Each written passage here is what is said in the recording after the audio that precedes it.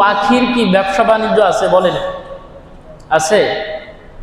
বিশাল বড় হাতির বিজনেস আছে বিশাল। বাঘের, হরিণের মাংস লাগে যেটার দাম অনেক। একটা তিমির মন চিংড়ি মাছ লাগে যেটার কেজি 1200 টাকা। তিমি মাছের বিজনেস আছে নাকি? বিজনেস নাই।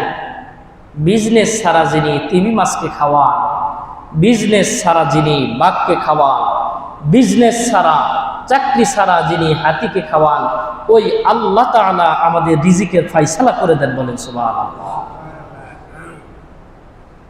হাজার হাজার টাকার চিংড়ি যে আল্লাহ তাআলা তিমিকে খাওয়াইতে পারেন, বিশাল বড় হাতির উদর যিনি ভরতে পারেন, বাঘের শত শত কেজি হরিণের মাংস যিনি ব্যবস্থা করে দিতে পারেন, এই মানুষের সামান্য এতটুকুন পেট, এই এতটুকুন পেটও আল্লাহ পাক ভরতে পারে। সুবহানাল্লাহ।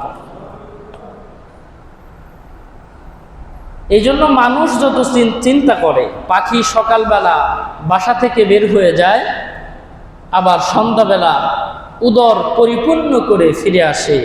পাখির বিজনেস আছে?